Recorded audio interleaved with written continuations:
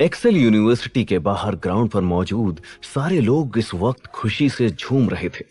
वहां कुछ पुलिस वालों के साथ साथ बॉम्ब डिफ्यूज स्क्वाड और कॉलेज के कुछ बहादुर बच्चे और टीचर्स भी थे। इंस्पेक्टर शालिनी भी उनमें शामिल थी। दिव्या विवेक के पास खड़ी थी। वो भी बाकी लोगों को खुशी मनाते देख रही थी कि अचानक उसकी नजर विवेक पर पड़ी और उसने देखा कि विवेक की आंखों से आंसू बह रहे थे। विवेक, क्या हुआ? तुम ठीक तो हो? विवेक ने कोई जवाब नहीं दिया और अपनी नजरें झुका ली। ये देखकर दिव्या का मन और घबरा गया। दिव्या ने अपने दोनों हाथ विवेक के गालों पर रखे, उसके आंसू पोंछे और उसका सर ऊंचा किया। विवेक, कुछ तो बताओ। विवेक ने धीरे से दिव्या का हाथ अपने चेहरे से हटाया। कुछ नहीं दिव्या, तुम एक काम करो, अभी तुम घर जाओ, मैं कुछ देर में तुम्हें कॉल करता हूँ। विवेक, मैं तुम्हें रोता हुआ अकेला नहीं छोड़ सकती। मेरी बात समझो, मैं नहीं चाहता कि तुम मेरा ये कमजोर साइड देखो, इसलिए अभी जाओ यहां से। दिव्या समझ चुकी थी कि विवेक अकेला रहना चाहता था, इसलिए चुपचाप वो वहां से चली गई। शालिनी दूर खड़ी ये सब देख रही थी। वो भी विवेक के इस बर्ताव को देखकर कंफ्यूज थी। दिव्या के जाते ही वो विवेक के पास आई। विवेक, क्या हुआ? खुशी के मौके पर तुम रो रहे हो? सब ठीक है ना? नहीं शालिनी। ये कहकर विवेक ने सिसकी भरी। शालिनी समझ गई थी कि बात कुछ और है। तुम चलो मेरे साथ। ये कहकर उसने विवेक का हाथ पकड़ा और उसे ले जाकर अपनी गाड़ी में बिठाया। शालिनी विवेक को पास के एक छोटे से होटल में लेकर गई। उसने विवेक और अपने लिए 2 चाय मंगवाए। विवेक अपना सर नीचे किए बैठा हुआ था। अब बताओ मुझे, क्या हुआ है? सब कुछ खत्म हो गया। विवेक इस वक्त बिल्कुल टूटा हुआ था। पहले भी उसकी एक चूक की वजह से दिल्ली में कुछ मासूमों की जानें गई थी और आज भी वही हुआ था। ये क्या कह रहे हो? यहाँ का बॉम्ब डिफ्यूज हो गया, बाकी जगह तुमने बॉम्ब बनने से पहले ही रोक लिया। Your mission was successful. नहीं शालिनी जी, मिशन सक्सेसफुल नहीं था। कोलकाता में बॉम्ब ब्लास्ट हुआ है। ये सुनते ही शालिनी के चेहरे का रंग उड़ गया। व्हाट? हाँ, मुझे मेरे बॉस का फोन आया था और उन्होंने बताया कि कोलकाता के एक मॉल में ब्लास्ट हुआ है। ज्यादा कैजुअलिटीज तो नहीं है, पर फिर भी हम वहां के ब्लास्ट को रोक नहीं सके। ये कैसे हो सकता है? वहाँ का आरडीएक्स तो... हाँ, मैंने भी यही सोचा था कि हमने वहां का ब्लास्ट रोक दिया है, पर वो कमीने कोई बैकअप प्लान लेकर चल रहे थे। Oh my God! और हम बेवकूफों की तरह खुश हो रहे थे। शालिनी ने अपने सर पर हाथ फेरा और फिर विवेक के उदास चेहरे को देखा। विवेक, जो हो गया उस पे पछताने का कोई फायदा नहीं है। तुम ऐसे हिम्मत नहीं हार सकते। आगे का सोचो। विवेक के आंसू अब सूख चुके थे। उसने शालिनी की आंखों में देखा। आगे का तो मैंने सोच लिया है। क्या करने वाले हो तुम? अब मैं कोलकाता जाऊंगा और पता लगाऊंगा कि आखिर ये ब्लास्ट हुआ तो हुआ कैसे। कुछ देर बाद विवेक अपने होटल के रूम में आया। वो अपने बेड पर लेटा हुआ था और ऊपर घूम रहे पंखे को देख रहा था। मुझे किसी भी तरह पता लगाना ही होगा कि ये ब्लास्ट कैसे हुआ। वो टेररिस्ट चुप नहीं बैठेंगे। बाकी शहरों में उनका प्लान फेल हुआ है तो वो दोबारा कुछ ना कुछ जरूर करेंगे। मुझे इसके पीछे के मास्टरमाइंड का पता लगाना ही होगा। मुझे अभी आगे के मिशन की परमिशन ले लेनी चाहिए। ये सोचकर उसने अपने बॉस को कॉल किया, पर उसके चीफ ने फोन नहीं उठाया। तभी अचानक उसे दिव्या का कॉल आने लगा। हाँ दिव्या, यार आई एम सो सॉरी, उस वक्त मैं थोड़ा परेशान था। मैं बस कुछ देर में तुम्हें कॉल करने ही वाला था। कोई बात नहीं, I understand. But are you fine now? ठीक तो नहीं हूँ, पर हाँ, पहले से बेहतर हूँ। पर हुआ क्या है तुम्हें? इस बात पर विवेक ने चुप्पी साध ली। दिव्या विवेक की खामोशी को समझ गई। अगर तुम नहीं बताना चाहते तो इट्स ओके। मैं तुम्हें फोर्स नहीं करूंगी। मुझे पता है ये तुम्हारे काम से रिलेटेड होगा। थैंक्स। एक्चुअली मैंने इसलिए फोन किया था क्योंकि मैं तुमसे मिलना चाह रही थी। कितने दिन हुए हमने एक साथ टाइम स्पेंड नहीं किया है। अगर तुम फ्री हो तो क्या हम मिल सकते हैं? तुम्हारा मूड भी थोड़ा ठीक हो जाएगा। दिव्या सही कह रही है। वैसे भी चीफ फोन नहीं उठा रहे। मैंने पिछले कुछ दिनों में दिव्या को बहुत दुख दिए हैं। अब अपनी गलती सुधारने का टाइम आ गया है। ओके श्योर, मैं तुम्हें 1 घंटे में पिक करता हूँ। विवेक तैयार होकर 1 घंटे बाद कैब लेकर दिव्या के घर पहुंचा। दिव्या तैयार हो रही थी, इसलिए उसके घर के नौकर ने विवेक को लिविंग रूम में इंतजार करने को कहा। कुछ देर में अनिल वहां आया। Oh, so the hero is back. Vivek अपनी जगह पर खड़ा हुआ और उसने अनिल की तरफ अपना हाथ आगे बढ़ाया। हेलो अंकल, कैसे हैं आप? अनिल ने विवेक को इग्नोर किया और चुपचाप सोफे पर बैठ गया। विवेक को यह बात थोड़ी अजीब लगी, पर उसने कुछ रिएक्ट नहीं किया। वो भी चुपचाप अपनी जगह पर बैठ गया। देखो विवेक, मैं तुम्हारी लाइफ का विलन नहीं बनना चाहता, पर अच्छा तो यही होगा कि तुम मेरी बेटी से कोई रिश्ता ना रखो। मैं समझ सकता हूँ कि आप क्यों ऐसा कह रहे हैं, पर मैं दिव्या से बहुत प्यार करता हूँ। प्यार माय फुट, तुमने किसी और से शादी की और इतने दिनों तक मेरी बेटी को अंधेरे में रखा। मैं नहीं चाहता कि मेरी बेटी एक शादीशुदा लड़के के साथ घूमे फिरे। तुम मेरी बेटी का पीछा छोड़ दो। इससे पहले कि विवेक कुछ कह पाता, दिव्या वहां आ पहुंची। पापा, मैं आपसे पहले भी कह चुकी हूँ कि मैं विवेक को नहीं छोड़ सकती और आप उससे ऐसे बात नहीं कर सकते।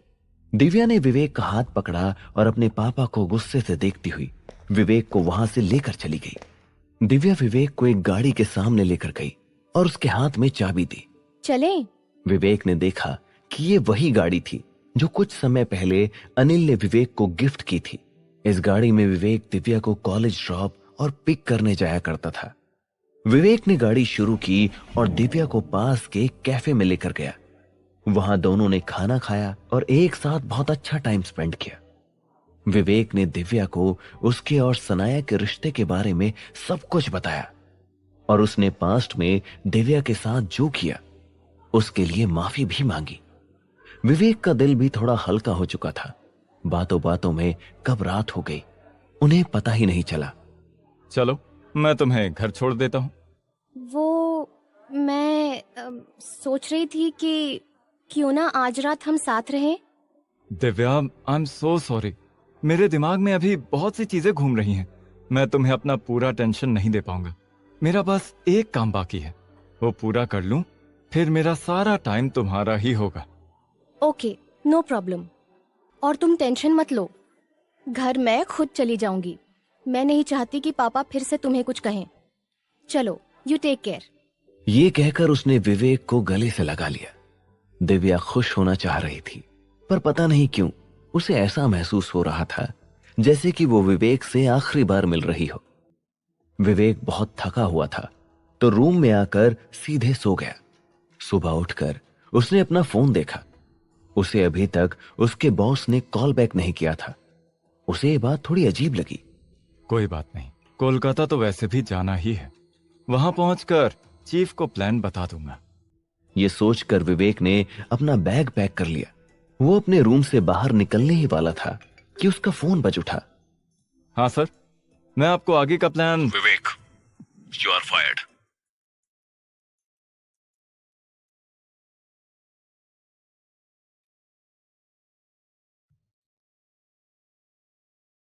विवेक कोलकाता के लिए निकलने ही वाला था, तभी उसके बॉस ने अचानक उसे बताया कि उसे नौकरी से निकाल दिया गया है। ये सुनते ही विवेक के हाथ से उसका सूटकेस छूट गया। सर, आप ये क्या कह रहे हैं? आई एम सॉरी विवेक, ऊपर से ऑर्डर्स आए हैं, मैं कुछ नहीं कर सकता। सर, लेकिन क्यों? क्योंकि तुम्हारा मिशन फेल हो गया। लेकिन मैंने अपना काम पूरी ईमानदारी से किया था और मैंने बाकी सारे सिटीज के ब्लास्ट को तो रोक ही दिया। कोलकाता का फेलियर का तो मुझे भी दुख है। आपको मुझे वहां इन्वेस्टिगेशन के लिए भेजना चाहिए और आप लोग मुझे नौकरी से निकाल रहे हैं। तुम एक अंडर कवर एजेंट थे, पर तुमने पहले ही अपना कवर ब्लो कर दिया था। तुम अपनी लापरवाही के कारण पहले भी सस्पेंड हो चुके हो। मैंने कोशिश की तुम्हारी नौकरी बचाने की, पर सब तुम्हारे अगेंस्ट है। सर, लेकिन मुझे उन टेररिस्ट के मास्टरमाइंड का पता लगाना है। वो लोग चुप नहीं बैठने वाले और भी अटैक्स करेंगे। ये काम अब तुम कोबरा यूनिट पे छोड़ दो। Wish you all the best. ये कहकर विवेक के बॉस ने कॉल काट दिया। विवेक चुपचाप अपने बेड पर आकर बैठ गया। विवेक के लिए उसकी नौकरी और उसका देश प्रेम ही उसके जीने का मकसद था, और अब ये नौकरी उससे छीन ली गई थी। वो पहले ही खुद को कोलकाता ब्लास्ट के लिए जिम्मेदार मानने लगा था, और अब ये खबर सुनकर वो पूरी तरह निराश हो चुका था। कोलकाता जाने का तो अब कोई फायदा नहीं है। अब मैं एक आम आदमी हूँ, वहां जाकर भी मैं कुछ खास इंफॉर्मेशन ढूंढ नहीं पाऊंगा। उसे कुछ समझ नहीं आ रहा था कि वो क्या करे। उसने रिमोट उठाया और टीवी ऑन किया। कोलकाता के बंगाल हाइट्स मॉल में हुआ टेरर अटैक, कई मासूमों की जानें गईं और कुछ घायल लोग अस्पताल में अब भी अपनी जिंदगी और मौत के बीच लड़ रहे हैं। टीवी में मॉल में हुए उस ब्लास्ट की वीडियो दिखाई जा रही थी। लोग इधर से उधर भाग रहे थे, कुछ चीख रहे थे और रो रहे थे। चारों तरफ अफरा तफरी मची हुई थी। ये देखकर विवेक की आंखें फिर से भर आई। उसके अंदर गिल्ट तो भरा हुआ था, पर अब एक अजीब सी मायूसी उसके अंदर जन्म ले चुकी थी। उसने टीवी बंद किया और चुपचाप बिस्तर पर लेटकर दीवार पर घूम रहे पंखे को देखने लगा। उसे अब अपने जीवन का कोई मकसद नजर नहीं आ रहा था। दिव्या का ख्याल भी उसे खुश नहीं कर पा रहा था। अचानक उसकी पलकें भारी होने लगी और वो एक गहरी नींद में सो गया। जेल में सनाया अपने सेल में बैठी हुई थी। वो खिड़की से बाहर देख रही थी और किसी गहरी सोच में गुम थी। तभी एक हवलदार मोहन रावत उसके पास आया। मैडम। रावत की आवाज सुनकर सनाया अपनी सोच से बाहर आई और पीछे मुड़कर देखा। रावत के हाथ में कुछ कटे हुए फलों से भरा एक प्लेट था। मैडम, ताजे हैं, अभी अभी काट कर लाया हूँ आपके लिए। लाओ। रावत ने इधर उधर अपनी नजरें घुमाई और जल्दी से सेल का ताला खोला, फिर प्लेट अंदर रखकर वापस सेल को लॉक कर दिया। मैडम, और कोई मेरे लायक सेवा हो तो बताइएगा। सनाया हल्का सा मुस्कुराई और रावत वहां से चला गया। सनाया को देखकर ऐसा लग ही नहीं रहा था कि जैसे वो कई दिनों से जेल में रह रही हो। उसकी सेहत में कोई फर्क नजर नहीं आ रहा था। वो पहले की तरह खूबसूरत लग रही थी। बस एक अकेलापन था जो उसे कभी कभी सताता था। सनाया ने अपनी अदाओं से रावत को अपने जाल में फंसा कर रखा हुआ था। रावत उसका हर कहना मानता था, उसकी हर जरूरत पूरी करता था और सनाया को बाहर की सारी खबर ला कर देता था। सनाया के पास करने के लिए कुछ नहीं था, तो वो अपना सारा समय सोचने में बिताती थी। अब मुझे इतना तो समझ आ गया है कि कितना भी पैसा मिल जाए वो मेरे किसी काम का नहीं। मुझे अब अगर कुछ पाना है तो वो है विवेक का प्यार। वही एक चीज है जो मेरी जिंदगी बेहतर बना सकती है। सनाया ने रावत के दिए हुए फल बड़े मजे से खाकर खत्म किए और फिर खिड़की से बाहर देखती हुई अपनी सोच में गुम हो गई। 2 दिन बीत चुके थे, पर विवेक अपने बिस्तर से उठा ही नहीं था। सुबह के 7 बज रहे थे, पर उस कमरे के सारे पर्दे ढके हुए थे, जिस वजह से वहां अंधेरा छाया हुआ था। विवेक का सूटकेस अब भी उसी जगह पर पड़ा हुआ था। उसने 2 दिन से ना कुछ खाया था ना पिया था। ऐसा लग रहा था जैसे कि वो डिप्रेशन का शिकार बन चुका हो। वो इस वक्त गहरी नींद में सो रहा था और एक डरावना सपना देख रहा था। सपने में विवेक की आंखों के सामने कई लोगों की लाशें पड़ी थी। वो उन्हें देखता हुआ आगे बढ़ रहा था। कई बच्चे सड़कों पर खड़े होकर रो रहे थे। कोई बचाओ मेरे बाबा को, बचाओ। विवेक उन्हें चुप करवाना चाहता था, पर इस सपने में उसके कदम उसके काबू में नहीं थे। चलते चलते वो एक छोटे से कमरे में पहुंचा, जहां अंधेरे में उसे एक आदमी खड़ा हुआ मिला। विवेक उसका चेहरा साफ साफ नहीं देख पा रहा था, पर उसे उसकी बड़ी सी दाढ़ी दिख रही थी। अचानक वो आदमी जोर जोर से हंसने लगा। कौन हो तुम? मैं तेरा सच हूं। तू मुझे अपना बैड लक भी बोल सकता है। मेरी वजह से तेरी नौकरी गई और इतने मासूमों की जान लेकर भी अभी मेरा मकसद पूरा नहीं हुआ है। अभी तो और लाशें बिछेंगी।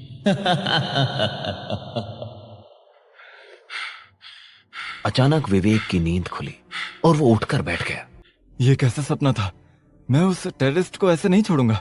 जिस आदमी ने मेरा काम मुझसे छीन लिया और जिसकी वजह से इस देश में आतंक छाया हुआ है, मैं उसे मार कर ही रहूंगा।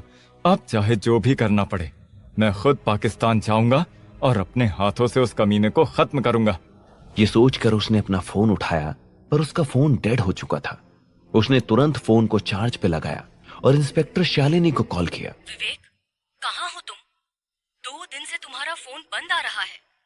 शालिनी, मुझे तुम्हारी हेल्प चाहिए। विवेक ने अपनी नौकरी जाने की खबर से लेकर अपने बुरे सपने तक सब कुछ शालिनी को बता दिया।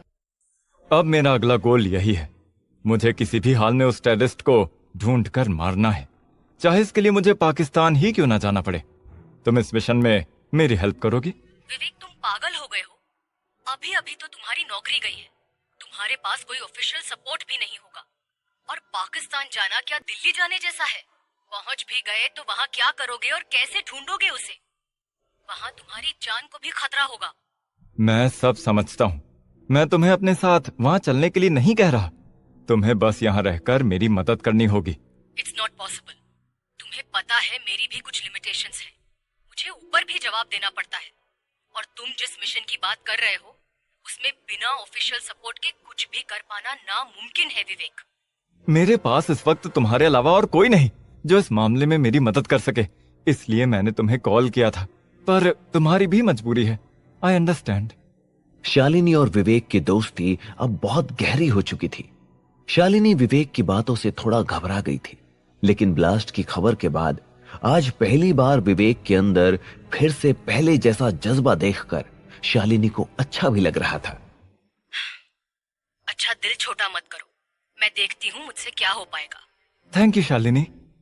फोन काटते ही विवेक को एहसास हुआ कि उसे जोरों की भूख लगी थी। वो कुछ खाने के लिए अपने कमरे से निकल गया। जैसे ही वो होटल के मेन डोर से बाहर निकला, उसे कुछ रिपोर्टर्स ने घेर लिया। मिस्टर विवेक, कैसा लग रहा है आपको देश बेचकर?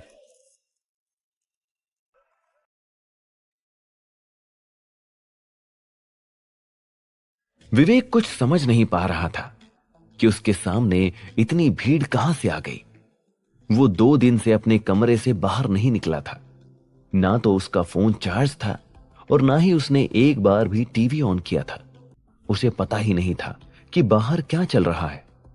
जब वो फाइनली अपने कमरे से बाहर निकला था तो उसे मीडिया और उनके सवालों ने घेर लिया था। कैमरास की रोशनी से बचने के लिए उसने अपनी आंखें बंद की और चेहरे के सामने अपने दोनों हाथ रख लिए। उसका ध्यान अब मीडिया के सवालों पर गया। मिस्टर विवेक, इस ब्लास्ट के बारे में आपका क्या कहना है? विवेक ने अपना हाथ अपने चेहरे के सामने से हटाया और अपनी आंखें खोली। कई रिपोर्टर्स कैमरा और हाथ में माइक लिए उसके सामने खड़े थे। मीडिया के इतने सारे लोग देखकर तो विवेक के होश ही उड़ गए थे। लोगों में डर न फैले, इस वजह से होने वाले टेरर अटैक की खबर को एक सीक्रेट रखा गया था। इस केस में इन्वॉल्व्ड किसी भी टीम मेंबर का नाम या उसकी कोई भी इंफॉर्मेशन बाहर नहीं गई थी। अब विवेक को समझ नहीं आ रहा था कि मीडिया उस तक कैसे पहुंची। मिस्टर विवेक, सब कुछ पहले से जानने के बाद भी आपने पब्लिक से ये बातें छुपा के क्यों रखी? इस कोलकाता ब्लास्ट से आपको कितना फायदा हुआ? विवेक को यह सवाल थोड़ा अजीब लगा, पर वो मीडिया के बीच में फंसना नहीं चाहता था। No comments. वो मीडिया से बचते हुए एक साइड से आगे बढ़ने लगा। मिस्टर विवेक, देश बेचकर आपको कैसा लग रहा है? रिपोर्टर जय राणा का ये सवाल सुनते ही विवेक के कदम रुक गए। उसने तिरछी नजर से रिपोर्टर राणा को देखा। उसे देखकर अब तक विवेक के अंदर जो गुस्सा दबा हुआ था वो बाहर आ गया। उसकी आंखें गुस्से से लाल हो गई और उसने आगे बढ़कर रिपोर्टर राणा का कॉलर पकड़ लिया। क्या कहा तूने? रिपोर्टर राणा के मन में बिल्कुल भी डर नहीं था और विवेक का बढ़ता गुस्सा देखकर उसके चेहरे पर एक शैतानी मुस्कान आ गई। क्यों, सच सुनकर बुरा लगा? विवेक ने गुस्से में उसकी आंखों में देखा और उसे मारने के लिए हाथ उठाया ही था कि तभी वहां होटल के कुछ स्टाफ्स आ गए। उन्होंने विवेक को पकड़कर दूर खींचा। सर, प्लीज हमारे होटल के सामने कोई लड़ाई झगड़ा मत कीजिए। विवेक ने अपने गुस्से को काबू में किया और होटल के अंदर आ गया। होटल स्टाफ ने कुछ देर के लिए मेन डोर बंद कर दिया ताकि मीडिया वाले वहां से चले जाएं। विवेक भी उनके जाने का इंतजार कर रहा था। अचानक उसके पास एक रिसेप्शनिस्ट आई। सर, आपको आज होटल खाली करना होगा। व्हाट? इस मीडिया की वजह से? सर, वजह तो मुझे नहीं पता, पर हमें ऑर्डर्स मिले हैं। आपका रूम खाली करवाने के लिए बोला गया है। ऐसे कैसे आप मुझे होटल खाली करने को बोल सकते हैं, वो भी बिना किसी रीजन के? अपने मैनेजर से बात करवाइए। सर, वो अभी अवेलेबल नहीं है। विवेक ये समझ चुका था कि अब इस होटल से उसे निकलना पड़ेगा। ठीक है, पर ये बताओ कि बाहर निकलने का कोई और रास्ता है? Yes sir, this way. Receptionist Vivek को पीछे के रास्ते से बाहर ले गई। वहां से विवेक पास के एक छोटे से होटल में पहुंच गया। एक दिन पहले की बात है। रिपोर्टर जय राणा कनॉट प्लेस में इंस्पेक्टर विशाल के साथ बैठा हुआ था। इंस्पेक्टर विशाल विवेक की बनाई हुई टीम का हिस्सा था और राणा का बहुत अच्छा दोस्त। राणा ने कई बार बहुत से मामलों में विशाल की मदद की थी और अब विशाल की बारी थी उसका एहसान चुकाने की। राणा को मालूम था कि टेरर अटैक्स को रोकने के लिए जो टीम बनी थी, विशाल उसका हिस्सा था। जैसे ही कोलकाता ब्लास्ट की खबर बाहर आई, राणा विशाल के पास पहुंच गया था। यार विशाल, तू सबसे पहले तो मुझे ये बता कि इस मिशन को लीड कौन कर रहा था? एक कोबरा यूनिट का एजेंट था, विवेक कुमार। तो क्या ये ठीक से काम कर रहा था या बस ऐसे ही?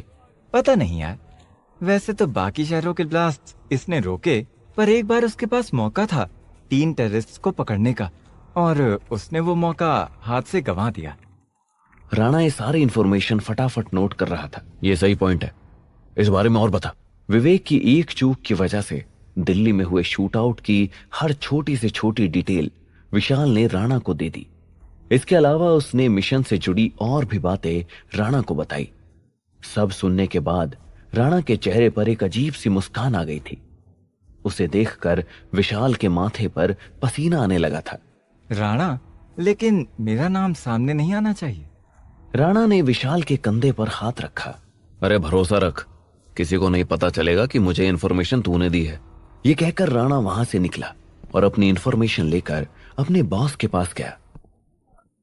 राणा ने अपने नोट्स अपने बॉस को दिखाए।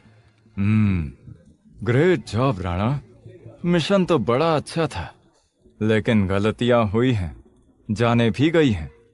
ये विवेक कुमार अगर इस मिशन को लीड कर रहा था, इसका मतलब बलि का बकरा भी इसे ही बनाना पड़ेगा। हाँ बॉस, लेकिन ऐसा नहीं कह सकते कि पूरी गलती उसी की है। राणा, तू अभी अभी इस प्रोफेशन में आया है, तू नहीं जानता कि लोग पैसों के लिए क्या कर सकते हैं। अगर ये ईमानदार और केपेबल ऑफिसर था तो फिर ये कोलकाता का ब्लास्ट क्यों नहीं रोक पाया? जामा मस्जिद वाले शूटआउट में तो इसने जानबूझकर टेररिस्ट को नहीं पकड़ा और उस वजह से इतने लोगों की जानें गई। मुझे तो लगता है ये उन टेररिस्ट के साथ मिला हुआ होगा। बात तो आप सही कह रहे हैं। वैसे भी कोलकाता ब्लास्ट के बाद लोगों के अंदर बहुत गुस्सा भरा हुआ है। उन्हें कोई चाहिए जिसे वो ब्लेम कर सकें। उस एजेंट की फोटो लाया है? हाँ, राणा ने विशाल से अपने मोबाइल फोन पर विवेक की फोटो भी ले ली थी। गुड जॉब, लेकिन ये आदमी अभी है कहाँ? कंफर्म तो नहीं पता, पर लास्ट वो देहरादून में था, वहां का केस सॉल्व करने गया था। ठीक है, तो फिर तू देहरादून निकल और इसका इंटरव्यू लेकर आ। पर बॉस, राणा, तुझे अगर एक बड़ा रिपोर्टर बनना है तो यही मौका है।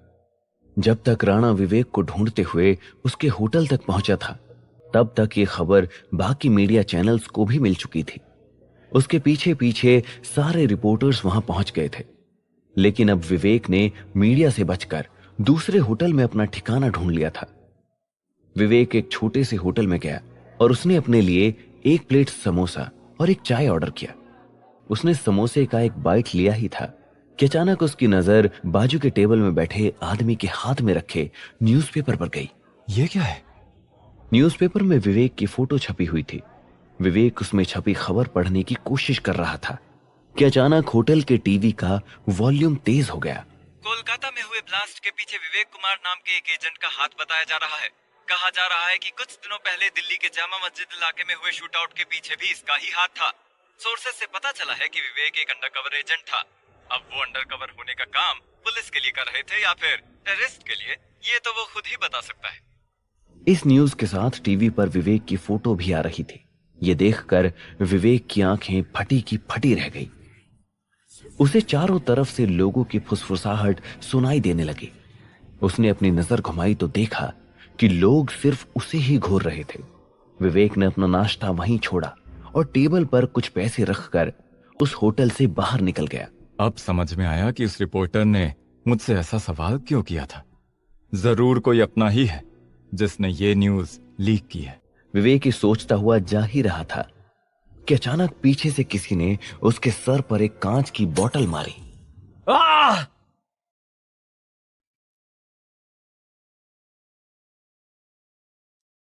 विवेक खाली पेट चुपचाप उस होटल से बाहर निकला ही था कि तभी उसके सर पर किसी ने एक कोल्ड ड्रिंक की बोतल से वार किया।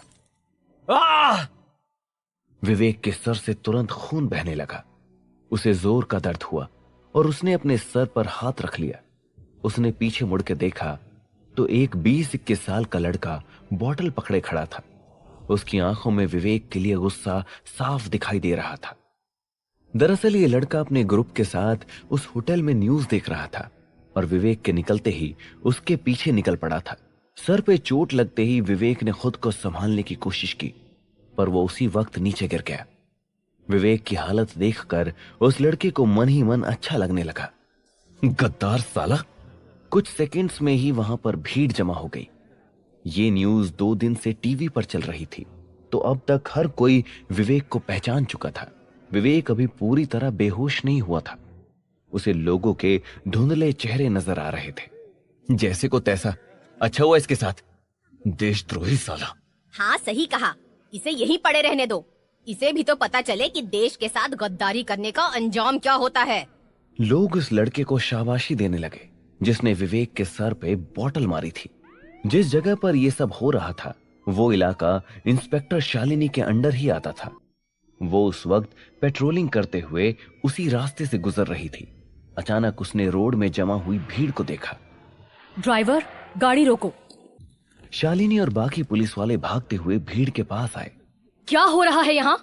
ये भीड़ क्यों जमा हो गई है? चलो हटो रास्ते से। शालिनी भीड़ के बीच से होती हुई विवेक के पास पहुंची। उसे इस हालत में देखकर उसके दिल को जोर का धक्का लगा। विवेक, क्या हुआ? तुम्हारी ये हालत कैसे हुई? शालिनी नीचे बैठ गई और उसने विवेक के सर को अपनी गोद में रख लिया। उसके सर से लगातार खून बह रहा था। वो खून सड़क पर बिखर चुका था और अब शालिनी के यूनिफॉर्म में भी लग चुका था। शालिनी, मैंने कुछ नहीं किया। ये कहकर विवेक ने अपनी आंखें बंद कर ली और वहीं बेहोश हो गया। हवलदार, जल्दी से इसे उठाओ और गाड़ी में बिठाकर तुरंत हॉस्पिटल ले जाओ। मैं पहुंचती हूँ। 2 पुलिस वालों ने विवेक के बेहोश शरीर को उठाया और उसे पुलिस की वैन में बिठाकर हॉस्पिटल की तरफ निकल पड़े। शालिनी और एक पुलिस वाला अभी भी वहीं खड़े थे। किसने किया है ये? जल्दी बताओ। जिस लड़के ने विवेक की ये हालत की थी वो सदमे में खड़ा हुआ ये सब देख रहा था। वो भूल चुका था कि वो कोल्ड ड्रिंक की आधी टूटी हुई बोतल अभी भी उसके हाथ में थी। शालिनी की आवाज सुनते ही उसने तुरंत बोतल अपने हाथ से फेंका, पर शालिनी ने ये देख लिया। शालिनी उस लड़के के पास आई और उसके चेहरे पर एक जोर का चांटा मारा। क्या सोचकर तूने ये हरकत की? हाँ बोल, पब्लिक में गुंडागर्दी करना अच्छा लगता है? वो लड़का अपने चेहरे पर हाथ रखे खड़ा हुआ था। उसे उसके किए की सजा दी। जोर से बोल। उसने जो देश के साथ किया वो सही था क्या? आपको उसे जेल में डालना चाहिए और आप मुझ पर हाथ उठा रही हो। लड़के की हिम्मत देखकर आसपास के लोग भी शालिनी को जवाब देने लगे। सही तो किया इस लड़के ने। एक क्रिमिनल के साथ यही होना चाहिए। न्यूज में 2-4 बातें क्या बता दी गई? तुम लोगों ने डिसाइड कर लिया कि वो क्रिमिनल है। और अगर तुम्हें किसी पर शक हो भी गया हो तो क्या ऐसे किसी के भी सर पे बोतल मार दोगे? पुलिस प्रोसीजर नाम की कोई चीज है कि नहीं? फिर शालिनी ने वहां जमा हुई भीड़ की तरफ देखा। न्यूज में बहुत सी चीजें दिखाई जाती हैं, पर जरूरी नहीं कि वो हर बात सही हो। विवेक एक बहुत ही ईमानदार ऑफिसर है और मैंने उसकी देशभक्ति खुद देखी है। बिना सच जाने सिर्फ न्यूज सुनकर किसी के भी बारे में अपना ओपिनियन मत बनाइए। आप लोग, आप पब्लिक हैं और आपसे ही देश चलता है। आप चाहें तो किसी को भी ऊपर उठा सकते हैं और एक गलतफहमी के कारण किसी बेगुनाह को सजा भी दिलवा सकते हैं। इसलिए सोचकर कोई कदम उठाइए। शालिनी की बात सुनकर वहां खड़े सभी लोगों की आंखें शर्म से नीचे झुक गई। हवलदार, इस लड़के को पुलिस स्टेशन लेकर जाओ। मैं कुछ देर में आके इसकी सारी दादागिरी निकालती हूँ। हवलदार ने उस लड़के को हथकड़ी पहनाई। पुलिस स्टेशन वहां से बहुत पास था, तो हवलदार उस लड़के को खींचता हुआ पुलिस स्टेशन की तरफ लेकर चला गया। शालिनी ने एक टैक्सी ली और हॉस्पिटल की तरफ निकल गई। विवेक हॉस्पिटल के इमरजेंसी रूम के बेड पर सोया हुआ था। उसके सर पर पट्टी बंधी हुई थी और उसके हाथ पर ड्रिप लगी हुई थी, जिससे कुछ आईवी फ्लूइड्स उसके शरीर के अंदर जा रहे थे। शालिनी जैसे ही हॉस्पिटल पहुंची, वो सबसे पहले उस डॉक्टर से मिली जिसने विवेक का इलाज किया था। डॉक्टर, विवेक ठीक तो है ना? कोई डरने की बात तो नहीं है ना? डरने की तो कोई बात नहीं है, पर उनके सर पर चोट गहरी है। आपकी टीम उन्हें टाइम पर ले आई, वरना खून बहुत ज्यादा बह जाता तो बहुत बड़ी प्रॉब्लम हो जाती। अभी सब स्टेबल है और बस कुछ देर में उन्हें होश आ जाएगा। Okay, thank you doctor. Shalini जाकर विवेक के पास बैठ गई। कुछ देर में विवेक ने आंखें खोली। जब उसे होश आया तो उसके दिमाग में लोगों की कही हुई कड़वी बातें घूमने लगी और उसकी आंखों से आंसू बहने लगे। क्या हुआ विवेक? ज्यादा दर्द हो रहा है? ऐसी चोटों की तो आदत है मुझे शालिनी, पर इस बार चोट मन में लगी है। इस मिशन में मैंने खुद को पूरी तरह झोंक दिया, अपनी जान लगा दी उन अटैक्स को रोकने के लिए, और उसका मुझे यही नाम मिल रहा है। लोग मुझे देशद्रोही बुला रहे हैं, मेरे सर पर बॉटल्स मार रहे हैं। ऐसा कुछ तो नहीं किया था मैंने कि मुझे इतने बुरे दिन देखने पड़े। विवेक ने अब तक दिल में जो बातें दबा कर रखी हुई थी, वो उसके आंसुओं के साथ बाहर निकल गई। अचानक शालिनी ने देखा कि थोड़ी दूरी पर एक आदमी खड़ा था जो विवेक और शालिनी की बातें सुन रहा था। वो आदमी कोई और नहीं बल्कि जय राणा था। उसकी आंखें जैसे ही शालिनी से मिली, वो पीछे मुड़कर वहां से जाने लगा। इससे पहले कि शालिनी कुछ कर पाती, राणा डर के मारे हॉस्पिटल से बाहर भाग आया। मुझे लगता है कि मुझसे बहुत बड़ी गलती हो गई है। ये आदमी देशद्रोही नहीं है और यहाँ की पुलिस भी इसके साथ खड़ी है, लेकिन अब ये सब सोच के कोई फायदा नहीं। बॉस मेरी बात नहीं सुनेंगे। अंदर हॉस्पिटल में विवेक ने अपने आंसू पोंछे और अपनी जगह पर उठकर बैठ गया। शालिनी ने उसके कंधे पर हाथ रखा। देखो विवेक, जिंदगी हमेशा एक जैसी नहीं होती। हिम्मत मत हारो। बुरा वक्त आया है तो अच्छा भी आएगा। वैसे भी हम पुलिस वालों को तुम्हारी सच्चाई पता ही है। पब्लिक का क्या है, आज कुछ कहेगी और कल चुप हो जाएगी। विवेक ध्यान से शालिनी की बातें सुन रहा था, पर जब उसने नजरें घुमाई, उसने देखा कि वहां मौजूद सभी पेशेंट्स और कुछ नर्सेस भी बुरी नजरों से उसकी तरफ ही देख रहे थे। वो सब आपस में बातें भी कर रहे थे। शालिनी ने भी इस बात पर गौर किया। विवेक, मैं तो कहती हूँ कि तुम कुछ दिनों के लिए अंडरग्राउंड हो जाओ। अभी यहाँ रहना तुम्हारे लिए सेफ नहीं है। जब ये मैटर थोड़ा ठंडा हो जाए फिर तुम वापस आ जाना। हाँ, मैं भी यही सोच रहा था। पर तुम जाओगे कहाँ? अपने घर। वो कहाँ है?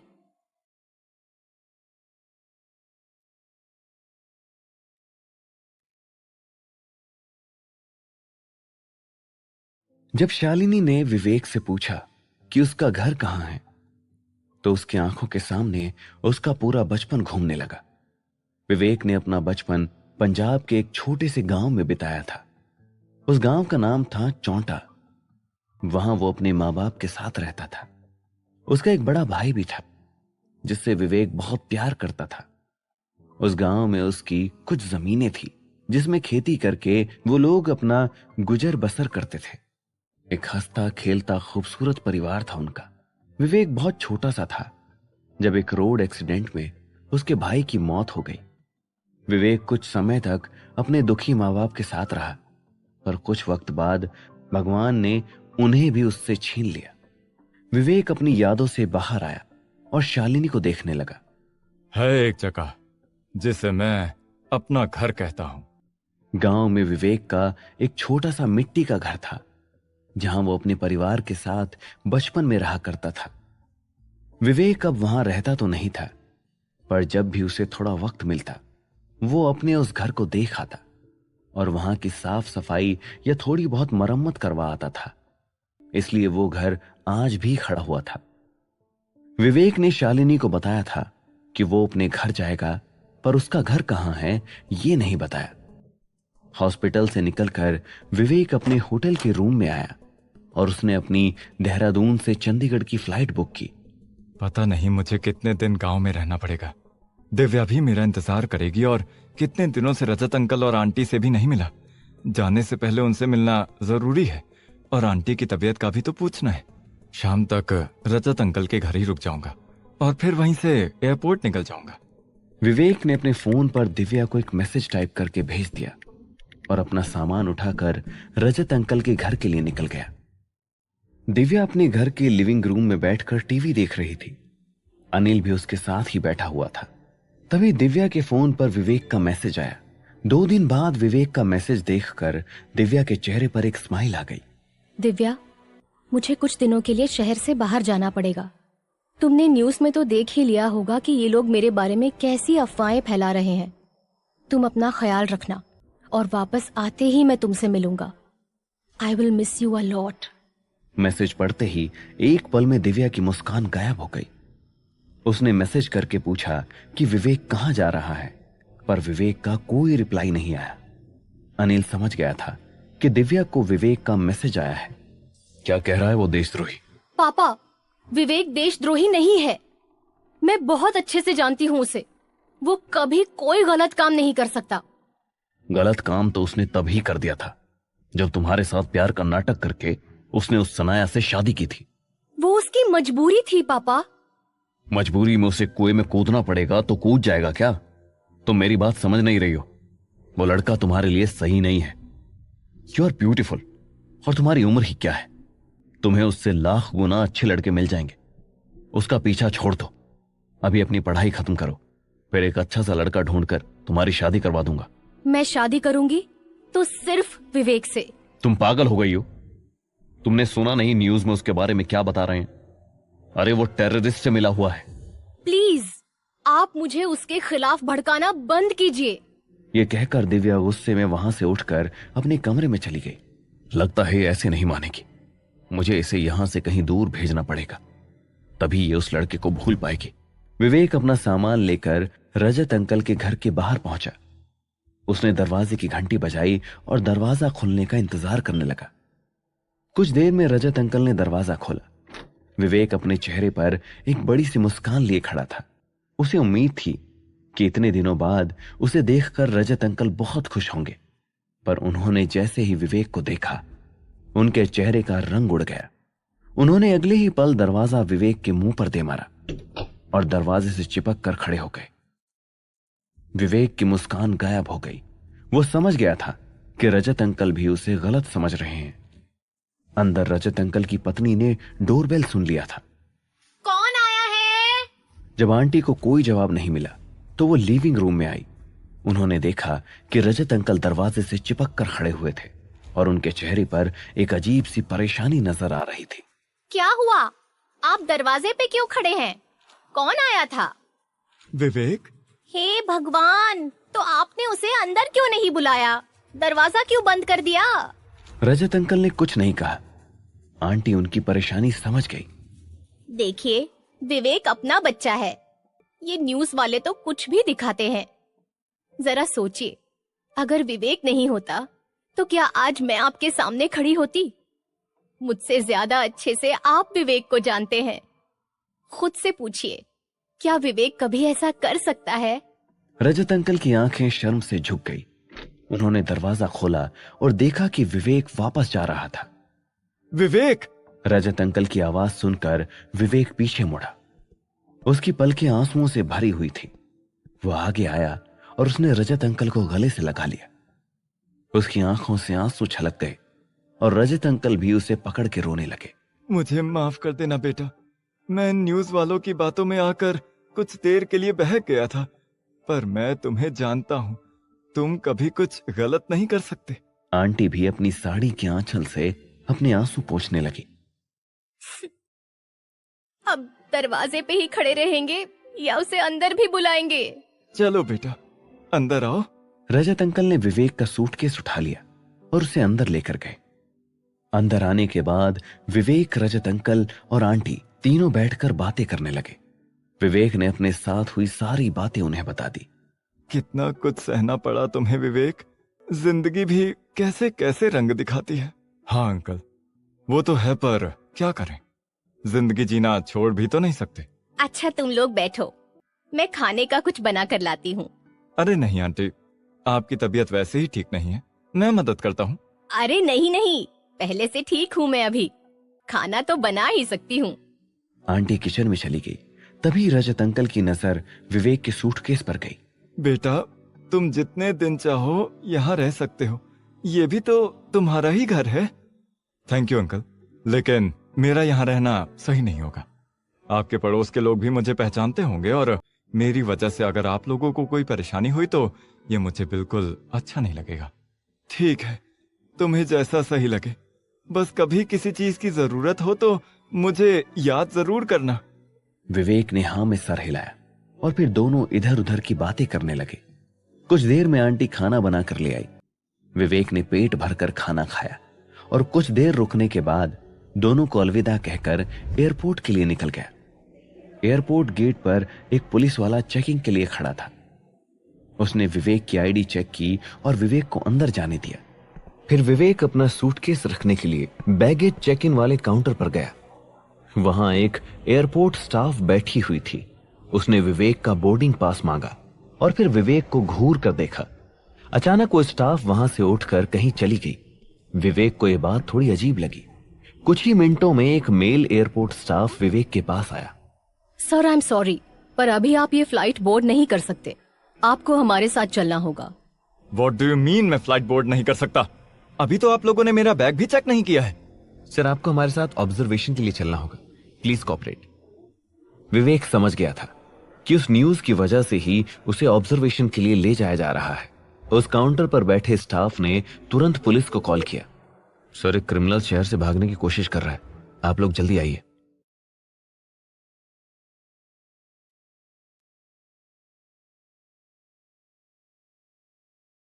एयरपोर्ट स्टाफ ने विवेक को इंटेरोगेशन रूम में बिठा रखा था। वहां एक आदमी लगातार तैनात था और वो हर थोड़ी देर में विवेक को घूर रहा था। आप लोगों को समझ आ रहा है कि नहीं? मेरी फ्लाइट है और मुझे देर हो रही है। चुपचाप बैठे रहो। तुम इस कमरे से एक कदम भी बाहर नहीं रख सकते। क्यों? ऐसा मैंने क्या किया है? मेरे लगेज में तुम्हें कोई इलीगल चीज मिली है या फिर मेरे खिलाफ कोई कंप्लेंट है? एयरपोर्ट स्टाफ ने कोई जवाब नहीं दिया। अब विवेक के सब्र का बांध टूटने लगा था। वो उठकर गेट की तरफ बढ़ा, पर वो स्टाफ मेंबर ठीक उसके सामने आकर खड़ा हो गया। उसने विवेक को पीछे की ओर धक्का दिया। विवेक ने इसकी उम्मीद नहीं की थी और उसने भी तुरंत जवाब में अपना हाथ उठा दिया। एयरपोर्ट अथॉरिटी के कुछ और लोग भी रूम में अंदर आ गए। यहां क्या चल रहा है? विवेक ने खुद को संभाला और एयरपोर्ट स्टाफ मेंबर भी अपने सीनियर के सामने इनोसेंट बनने लगा। सर, ये आदमी तो यहां मुझ पर ही अटैक कर रहा है। मैंने इसे रोकने की कोशिश की तो देखिए इसने मेरा क्या हाल किया। हालांकि एयरपोर्ट स्टाफ मेंबर की हालत इतनी भी खराब नहीं थी, पर न्यूज की वजह से वहां मौजूद हर इंसान सिर्फ विवेक को ही दोषी की नजर से देख रहा था। देखिए, मेरी फ्लाइट है और मेरा जाना बहुत जरूरी है। आप लोगों ने मुझे यहाँ फालतू में रोका हुआ है और कब से मैं पूछ रहा हूँ पर कोई कुछ बता ही नहीं रहा है। मुझे आपने यहाँ क्यों रोका हुआ है? क्यों? अब यहाँ देश को बर्बाद करके कहां भाग रहे हो? देश छोड़कर जाने का इरादा है क्या? पाकिस्तान जा रहा होगा। विवेक ने उस आदमी को गुस्से में घूरा। मैं कहीं भाग नहीं रहा हूँ और ना ही मैंने देश को बर्बाद किया है। आप लोग मेरे बारे में जानते ही कितना है जो ये सब बकवास कर रहे हैं? तुम्हारे किस्से तो हर जगह फैले हुए हैं। हर न्यूज चैनल दिन रात यही तो दिखा रहा है। तुम ही हो वो इंसान जिसकी वजह से कोलकाता में मासूम लोगों की जान गई है। इतने लोगों का खून अपने हाथ में लेकर अब यहां से भाग रहे हो। विवेक अब बहुत हेल्पलेस महसूस कर रहा था। वो बार बार घड़ी देख रहा था कि कहीं फ्लाइट निकल ना गई हो। इन लोगों ने चेकिंग में विवेक से उसका फोन भी ले लिया था और अब तक उसे वापस नहीं दिया था। कुछ पुलिस वाले अचानक से कमरे में घुसे। दरअसल जब शालिनी को पता चला था कि विवेक को एयरपोर्ट में रोका गया है तो उसने तुरंत ही अपने लोगों को एयरपोर्ट भेज दिया था। पुलिस इंस्पेक्टर ने सीनियर एयरपोर्ट स्टाफ की तरफ देखा। आपने इन्हें क्यों रोका हुआ है? आइए सर, हमने ही खबर की थी। ये यहां से निकलने की फिराक में था, पर मेरे स्टाफ ने इसे पकड़ लिया। लेकिन ये कोई क्रिमिनल नहीं है, इन्हें अभी के अभी छोड़ो। पर सर, इसी की वजह से वो बॉम्ब ब्लास्ट हुआ है, तो फिर हम इसे कैसे छोड़ सकते हैं? मैं यहाँ बहस करने नहीं आया हूँ। ये मेरे सीनियर्स के ऑर्डर्स हैं, इसलिए आप लोग इस आदमी को अभी के अभी छोड़िए और कोई इसे फ्लाइट बोर्ड करने से रोक नहीं सकता। Is that clear? आखिरकार एयरपोर्ट अथॉरिटी को विवेक को छोड़ना ही पड़ा, पर जब तक विवेक अपने बोर्डिंग गेट पर पहुंचा उसकी फ्लाइट वहां से उड़ चुकी थी। अब मैं दोबारा फ्लाइट नहीं बुक कर सकता हूँ। कोई और तरीका सोचना पड़ेगा जिसमें लोग मुझे इतना परेशान ना करें। और वैसे भी मेरे पास इतनी महंगी फ्लाइट बुक करने के पैसे भी नहीं बचे। विवेक इस वक्त पैसों की तंगी में जी रहा था। उसने अपनी सारी सेविंग्स रजत अंकल और आंटी की मदद में लगा दी थी और अब उसके पास नौकरी भी नहीं थी। इसलिए उसके पास जो भी पैसे बचे थे वो उसे बहुत ही सावधानी से खर्च करना चाहता था। विवेक सीधा रेलवे स्टेशन पहुंचा और उसने लुधियाना की ट्रेन की टिकट खरीद ली। हालांकि आखिरी वक्त पर टिकट लेने की वजह से विवेक को कंफर्म्ड सीट तो नहीं मिल पाई, पर उसे अब इन चीजों से कोई फर्क नहीं पड़ रहा था। सीट के बिना ही सही, पर कम से कम देहरादून से बाहर तो निकलूंगा। कुछ ही घंटों में ट्रेन आ गई और विवेक चेहरे पर एक मास्क लगाकर जनरल कोच में चढ़ गया। उसने सीट ढूंढने की भी कोशिश नहीं की और गेट के पास जाकर खड़ा हो गया। विवेक ने डिब्बे के गेट के पास कभी खड़े होकर तो कभी बैठकर बाहर देखते हुए पूरी रात काटी। सुबह 9 बजे लुधियाना आ गया। देहरादून से दूर और अपने घर के थोड़ा और करीब पहुंचकर विवेक के चेहरे पर एक राहत आई। ट्रेन से उतरकर उसने चारों ओर देखा और उसे अचानक ही अपने माता पिता की याद आ गई। वो अपनी पुरानी यादों में खोया हुआ था कि तभी उसे एक आवाज सुनाई दी। हाजी, कहाँ जा रहा है? एक कूली ने उसका सामान उठाना चाहा, तभी विवेक ने उसे रोक दिया। नहीं नहीं, नहीं चाहिए। अपने कंधे पर एक बैग पैक टांग कर विवेक स्टेशन के गेट की तरफ चलने लगा। बाहर निकलते ही वो एक ऑटो रिक्शा में बैठकर बस स्टैंड की तरफ निकल गया। ऑटो से उतरकर विवेक ने अपनी बस का पता लगाया और टिकट खरीदकर चोंटा की बस में बैठ गया। उसने अपना मास्क नहीं उतारा। विवेक को अब यही लग रहा था कि हर कोई उसे देश का दुश्मन ही मानता है और इसलिए हर कोई उससे नफरत करता है। उसमें अब किसी को सफाई देने की हिम्मत नहीं थी। विवेक उम्मीद भरी नजरों से खिड़की के बाहर देख रहा था। शहर से बाहर निकलते ही चारों ओर बस दूर दूर तक हरियाली छाई हुई थी।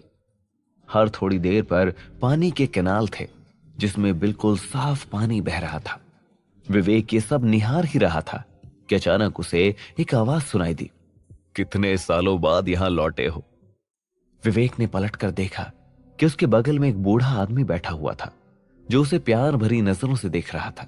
आपको कैसे पता कि मैं यहाँ बहुत सालों बाद आया हूँ? जिस प्यार से तुम चारों ओर देख रहे हो, ऐसा लग रहा है जैसे अपनी पुरानी यादों को ढूंढ रहे हो। बताओ, कितने सालों बाद गांव लौटे हो? कई सालों बाद। हालांकि यहाँ घर काफी बढ़ गए हैं, पर हरियाली और मिट्टी की खुशबू आज भी वैसी है जैसे पहले थी। यही तो घर की पहचान होती है पुत्र। सुकून तो सिर्फ अपनी मिट्टी में ही महसूस होता है। वैसे तेरा गांव कौन सा है? चोंटा। अरे वहीं तो मैं भी जा रहा हूं। लगता है तू अपने माँ बाप से मिलने जा रहा है। किसके यहाँ जा रहा है? जी, मेरे माँ बाप अब जिंदा नहीं है। ओह, क्या नाम था उनका? मेरे बापू का नाम बिशन सिंह चौधरी था। वही तो बिशनदा पुत्र है। ये तो कमाल ही हो गया। अरे मैं तेरे बापू को अच्छे से जानता था। बचपन में हम साथ खेला करते थे। मेरा नाम जसविंदर सिंह है। ऐसे ही बातें करते हुए चौंटा गांव आ गया और विवेक जसविंदर के साथ वहां उतर गया। तुझे आज यहां देखकर बड़ी खुशी हुई पुत्र। चल घर चल, पराठे खिलाता हूं। विवेक मुड़कर अपने घर की ओर चलने लगा। कच्चे रास्ते से कुछ दूर चलते ही वो अपने घर के करीब पहुंचने लगा, लेकिन जैसे ही उसने अपने घर को देखा, उसके चेहरे की मुस्कान अचानक से गायब हो गई और माथे पर शिकन भर आई।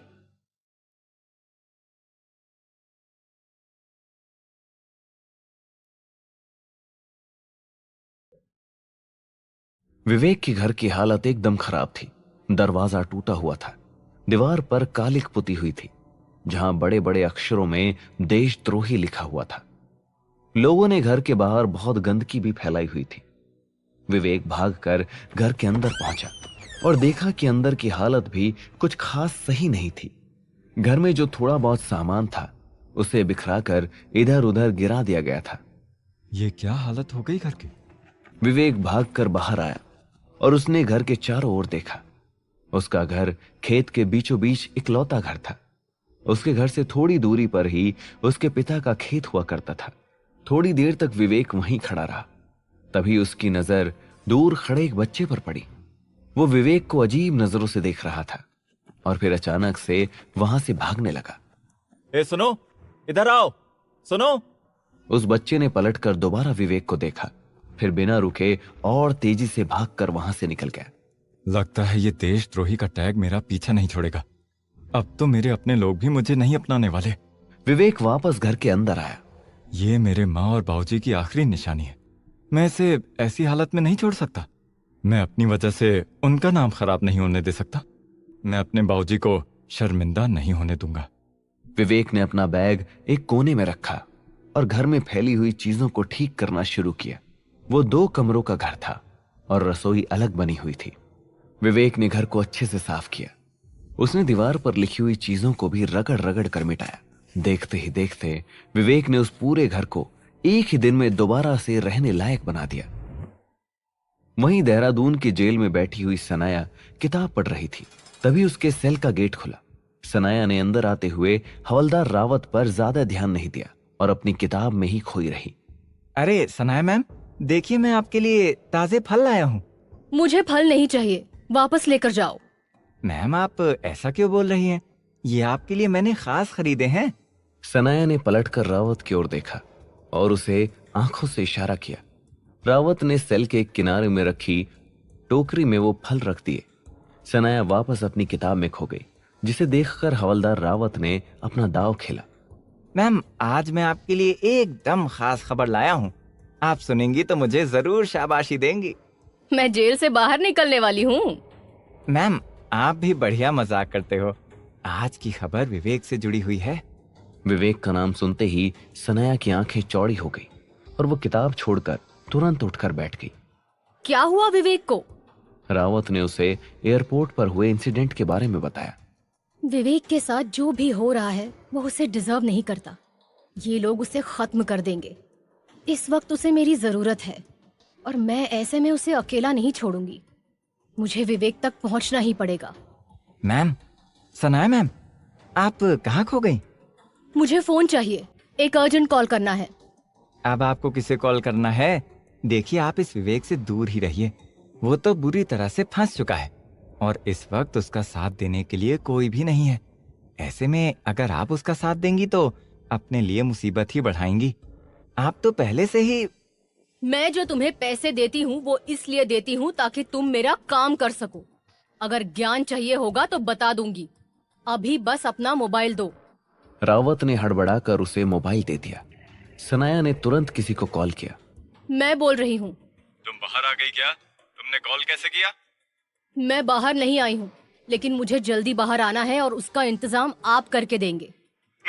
मैं कैसे? मैं तुम्हारी मदद नहीं कर पाऊंगा। अगर तुम्हें पैसों की जरूरत है तो बोलो, लेकिन उसके अलावा। अपनी बकवास बंद करो और ध्यान से सुनो। तुम मुझे जेल से छुड़वाओगे और वो भी जल्दी, वरना तुम्हारे ब्लैक मनी की सारी इन्फॉर्मेशन मैं खुद पुलिस को एक एक करके बताऊंगी। तुम्हें तो पता ही है कि मुझे सब कुछ कितने अच्छे से याद रहता है। इतना कहकर सनाया ने फोन काट दिया। उसने रावत को भी जाने का इशारा किया। वहीं अपने घर को अच्छी तरह से जमाने के बाद अब विवेक अपने खेत को देखने गया। वो जगह अब बंजर हो चुकी थी और उस मिट्टी में अब कुछ भी करने की कोई गुंजाइश नहीं थी। गोलू, ओए गोलू! विवेक एकदम से चौंक गया और उसने आसपास देखा। जो आवाज उसने सुनी थी वो उसकी मां की थी और वो ही विवेक को गोलू कहकर पुकारती थी। तभी विवेक की आंखों के सामने उसका बचपन घूमने लगा। विवेक की मां खेत में उसके पिता के लिए खाना लाया करती थी और विवेक भी हमेशा साथ में आता था। उसके बाद वो वहीं रुक जाता था क्योंकि उसे अपने पिता को खेत में काम करते हुए देखना बहुत अच्छा लगता था। अचानक से विवेक के चेहरे पर पानी की बूंदें पड़ी और उसने अपने चेहरे पर हाथ फेरा। वहां बारिश शुरू हो गई थी और उसकी बूंदें विवेक को उसके अतीत से बाहर निकाल लाई। विवेक गांव में रहने तो लगा था पर उसके पास फिलहाल कोई काम नहीं था। पैसे भी खत्म हो गए हैं और कोई काम भी नहीं है। कुछ तो करना ही होगा। विवेक ऐसे ही भटकते हुए गांव की गलियों में घूम रहा था और उसने अपना मास्क नहीं उतारा था। उसे अभी भी लोगों की नजरों में अपने लिए शक दिख रहा था और वो उसका सामना करने से कतरा रहा था। ऐसे ही घूमते हुए विवेक एक ढाबे में पहुंचा, क्योंकि उसे बहुत भूख भी लगी थी। वहां पहुंचकर उसने खाने का ऑर्डर दिया और इंतजार करने लगा। कुछ ही देर में उसका खाना हाथ में लेकर जसविंदर उसके पास पहुंचा। वो दोनों ही एक दूसरे को देखकर एकदम चौंक गए। अरे पुत्र, तू यहां? आप क्यों खाना ला रहे हैं? क्या आप यहाँ काम करते हैं? नहीं नहीं, मैं तो यहाँ का मालिक हूं, लेकिन आज लड़के कम हैं, तो मैं भी हाथ बटा रहा हूं। विवेक को खाना परोसकर जसविंदर वहां से चला गया। खाना खत्म करके विवेक जसविंदर के पास पहुंचा। अंकल जी, मुझे आपसे एक मदद चाहिए। बोल पुत्र। एक्चुअली मैं खाना तो बना लेता हूँ, तो क्या आप मुझे यहाँ नौकरी दे सकते हैं? मैं पहले भी खाने का स्टॉल चला चुका हूँ और इस वक्त मुझे एक काम की सख्त जरूरत है। अरे पुत्र, अगर तुझे शौक है तो कल से काम पर आ जा। मैं तो लड़के ढूंढ ही रहा हूं। मेरे लड़के तो बहुत परेशान करते हैं मुझे, और वैसे भी तू तो मेरे यार का पुत्र है, तो फिर मेरा भी तो तेरे लिए कोई फर्ज बनता है। विवेक को कमाई का एक जरिया मिल चुका था। वो अगले दिन से ही उस ढाबे में काम करने लगा। धीरे धीरे विवेक ने अपनी काबिलियत से उस ढाबे और गांव के लोगों में अपनी एक जगह बना ली। जो लोग भी वहां आते वो विवेक के हाथ का खाना खाकर खुश हो जाते थे। ऐसे ही एक दिन विवेक रोटियां बना रहा था कि तभी उसे रसोई के पीछे से बर्तन गिरने की आवाज सुनाई दी। विवेक को लगा कि बर्तन की सफाई की आवाज होगी, लेकिन उसने पहले ध्यान नहीं दिया। पर तभी ठीक उसके पीछे से आवाज आई, पानी, पानी।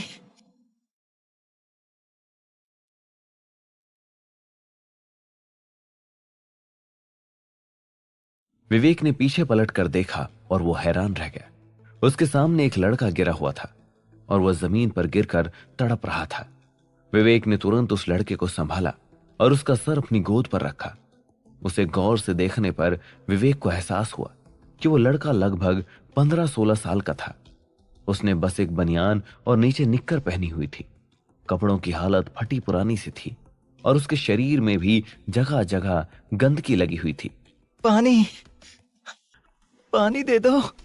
विवेक ने तुरंत उसे थोड़ा पानी पिलाया और कुछ पानी की छींटें उसके मुंह पर भी मारी।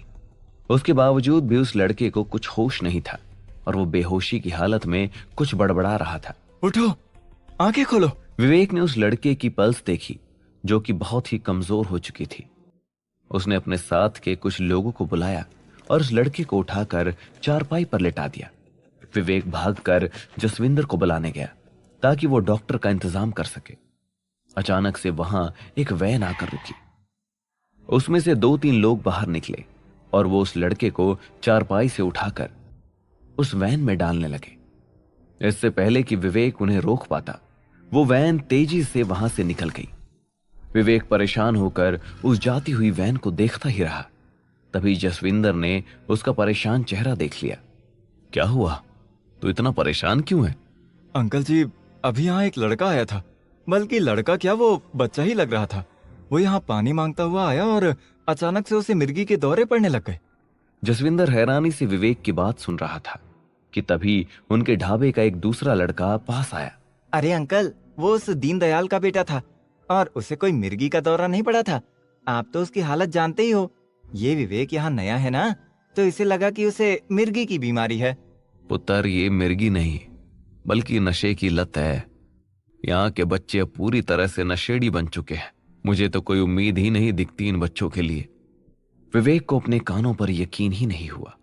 अंकल, ये सब हुआ कैसे? वो तो बच्चा था और वो कैसे नशे की लत का शिकार हो सकता है?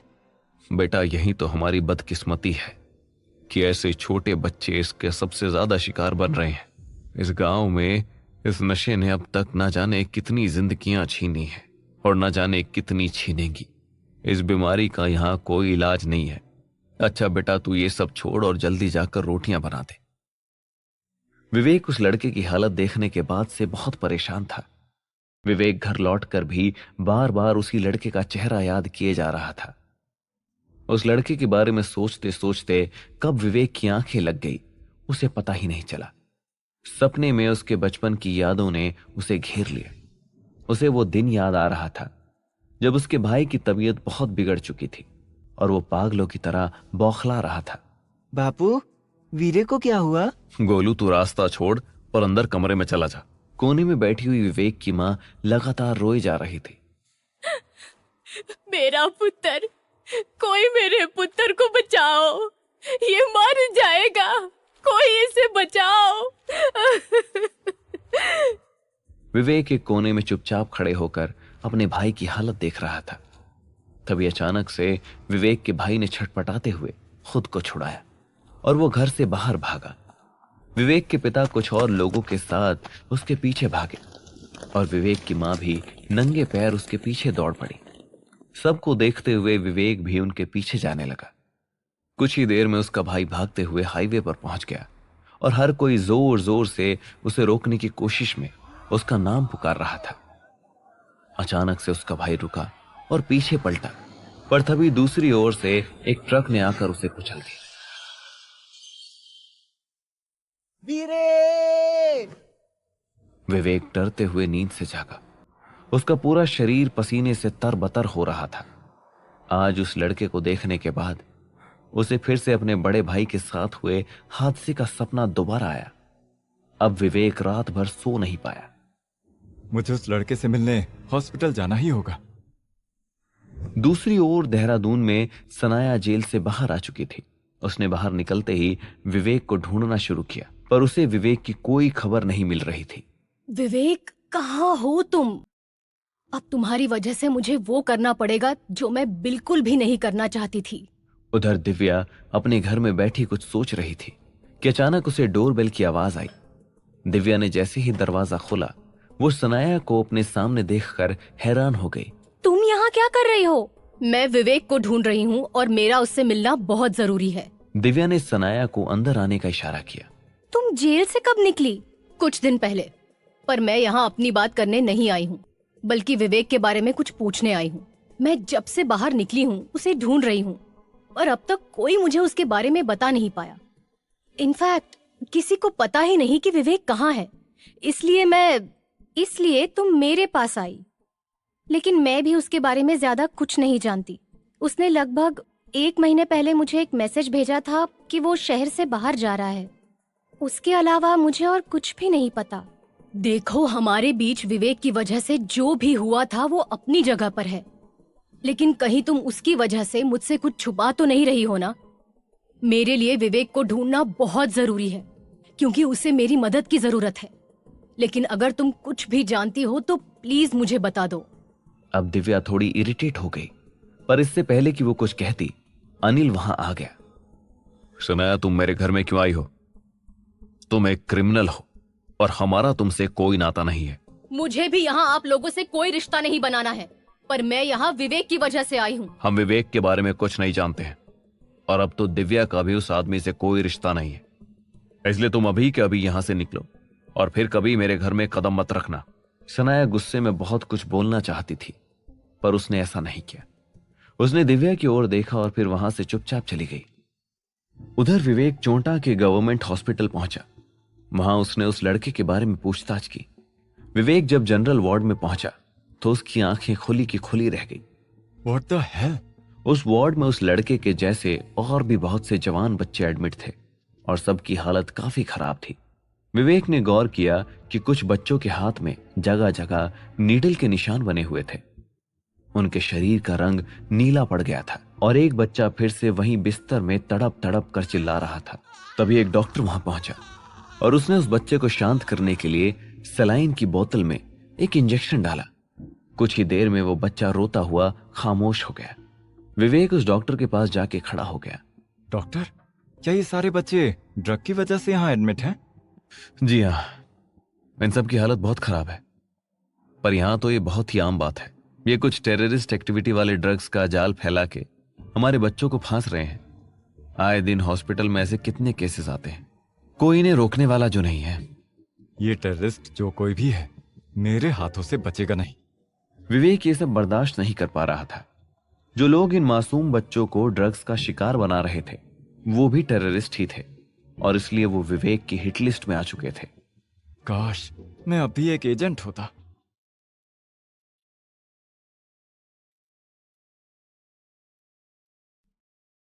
विवेक को अब अपने गांव आए हुए लगभग 2.5 महीने गुजर चुके थे। ये वक्त कब निकल गया विवेक को पता भी नहीं चला। वो एक दिन ढाबे में ही काम कर रहा था, तभी अचानक से विवेक की नजर टेबल पर रखे हुए अखबार पर पड़ी। उसकी हेडलाइन देखकर वो काम करते हुए अचानक से रुक गया। कश्मीर आतंकवादी हमले में 5 जवान की मौत और कई घायल। विवेक अपने गांव की इस सादी जिंदगी में इतना घुल मिल गया था कि वो कुछ समय के लिए अपने अतीत और अपने असली काम के बारे में भूल चुका था। पर इस हेडलाइन ने उसकी यादों को ताजा कर दिया। वो सीधे जसविंदर के पास पहुंचा।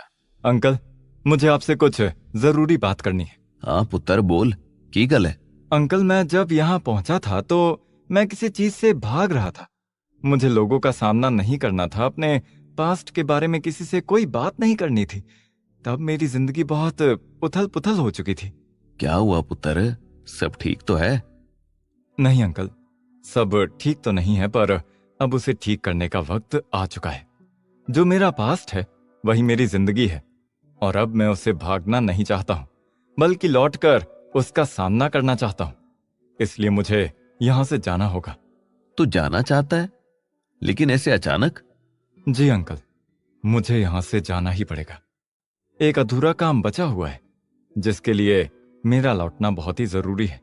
ठीक है पुत्र, अगर काम अधूरा है तो उसे पूरा करना ही चाहिए। मैं तुझे बिल्कुल नहीं रोकूंगा, पर तुझे एक वादा जरूर करना पड़ेगा कि तू अपने इस गांव में लौटकर दोबारा जरूर आएगा। अंकल, मैं दोबारा जरूर आऊंगा। मैं जब यहाँ आया था तो बिल्कुल ही अकेला था। यहाँ के लोग भी मेरे खिलाफ थे, पर आपने शुरुआत से ही हमेशा मेरा साथ दिया है। आपकी वजह से मैं यहाँ इतने दिन आराम से बिता पाया हूँ। आपकी वजह से यहाँ के लोगों का मेरे लिए नजरिया भी धीरे धीरे बदला है। आपने तो उस वक्त मेरा साथ दिया है जब पूरी दुनिया मेरे खिलाफ थी। जसविंदर ने विवेक को गले से लगा लिया। अरे तू तो मेरे यार का बेटा है, यानी कि मेरा भी बेटा हुआ, तो फिर मैं तुझे अकेला कैसे छोड़ देता। इस गांव और मेरे घर के दरवाजे तेरे लिए हमेशा खुले रहेंगे, और ये बात तू कभी मत भूलना। विवेक थोड़ा इमोशनल हो गया था, क्योंकि जसविंदर से उसे एक पिता जैसा ही प्यार और अपनापन मिला था। विवेक फटाफट घर वापस आया और वो अपना सामान समेटने लगा। देहरादून जाकर इंस्पेक्टर शालिनी से मिलना होगा। उसकी मदद के बिना ये सब करना इम्पॉसिबल होगा। विवेक ने अपने घर की चीजों को भी कपड़े से ढक दिया ताकि उसमें ज्यादा धूल न बैठे। उसे घर छोड़ते हुए भी अब काफी दुख हो रहा था। वापस लौटकर उसने जब इस घर में रहना शुरू किया तो वो खुद को दोबारा से अपने माँ बाबा के करीब महसूस कर रहा था।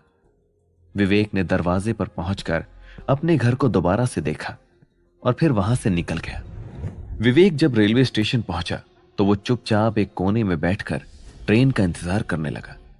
उसके मन में देहरादून पहुंचने को लेकर थोड़ी हिचकिचाहट थी, पर उसके पास कोई दूसरा रास्ता नहीं था। विवेक के मिशन के लिए अब शालिनी ही उसकी मदद कर सकती थी। आखिरकार अगले दिन विवेक देहरादून पहुंचा।